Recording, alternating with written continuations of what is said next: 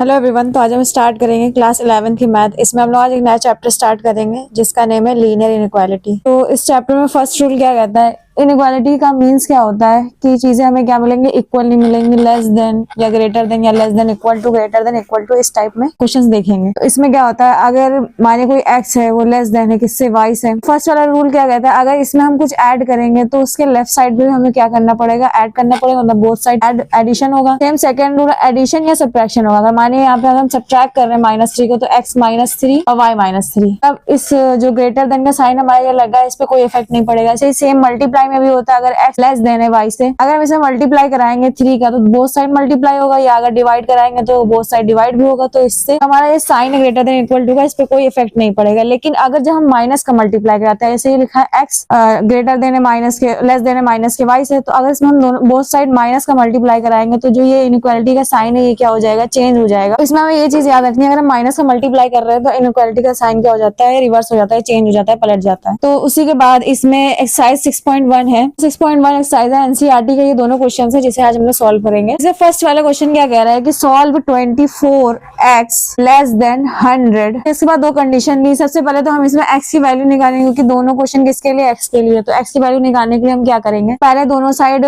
2 से डिवाइड करते हैं। 24x का डिवाइड किससे कराएंगे, 2 से। सेम यहाँ भी 100 का डिवाइड किससे कराएंगे, 2 से। तो ये कितना आ जाएगा 12x लेस देन 50। फिर सेम दोबारा 2 से अगर कराएंगे तो 2 से डिवाइड कराएंगे तो 2 6 आ जाएगा यहाँ पे, और यहाँ पे कितना आ जाएगा 25। अब अगर 6 से डिवाइड कराएंगे तो यहाँ क्या बचेगा x, और यहाँ क्या आ जाएगा 25 अपॉन में। अब अगर इसका हम डिवाइड कराएं नॉर्मली तो कितना आएगा, ये 4 पॉइंट कुछ समथिंग आएगा, 1 2 कुछ समथिंग आएगा। तो फर्स्ट क्वेश्चन पढ़े तो फर्स्ट क्वेश्चन में क्या लिखा है, x is a natural number. मतलब हमें क्या बताना है इसमें कि x क्या है, एक नेचुरल नंबर है। तो हम जानते हैं नेचुरल नंबर जो 1 से स्टार्ट होते हैं, 1 2 3 4 और जो इनफाइनाइट तक जाते हैं वो नेचुरल नंबर होता है। अगर हमें इसमें x बताना है नेचुरल नंबर है, लेकिन इसमें x के लिए जब हमें बताना है तो ये इनइक्वालिटी का साइन क्या है कि x की वैल्यू 4.12 से क्या होगी, कम होगी। तो हम कम वाली वैल्यूज में नेचुरल नंबर बताएंगे x के। तो x से कम वाली वैल्यू कौन सी होगी, 1 होगी, क्योंकि नेचुरल नंबर 1 से स्टार्ट होते हैं, 1 2 3 और 4। 4 से ज्यादा नहीं ले सकते क्योंकि 4.12 मतलब 4 से ज्यादा है ये वैल्यू, तो हमें इससे कुछ कम, इससे कम ही लेना पड़ेगा x की वैल्यू। तो ये क्या हो जाएगा इसका आंसर, तो ये क्या हो जाएंगे इसके नेचुरल नंबर। उसके बाद सेकंड वाले क्वेश्चन में क्या कह रहा है कि x इज एन इंटीजर। तो इंटीजर में कौन कौन सी वैल्यू होती है, माइनस वाली भी आ जाती है, 0 भी आता है, 1 2 और सारी प्लस वाली वैल्यूज भी आती हैं। तो हमें इसमें क्या बताना है कि x एक इंटीजर है। सेकंड वाले के लिए हमें इंटीजर क्राइटेरिया को फुलफिल करना है। x है वो किससे लेस देन है, 4.12, लेकिन बाकी -3 -2 इन सबसे तो बड़ा ही है, -5 साइड डिजिट से बड़ा है। तो x इसके बीच में आएगा -3 -2 -1 0 0 1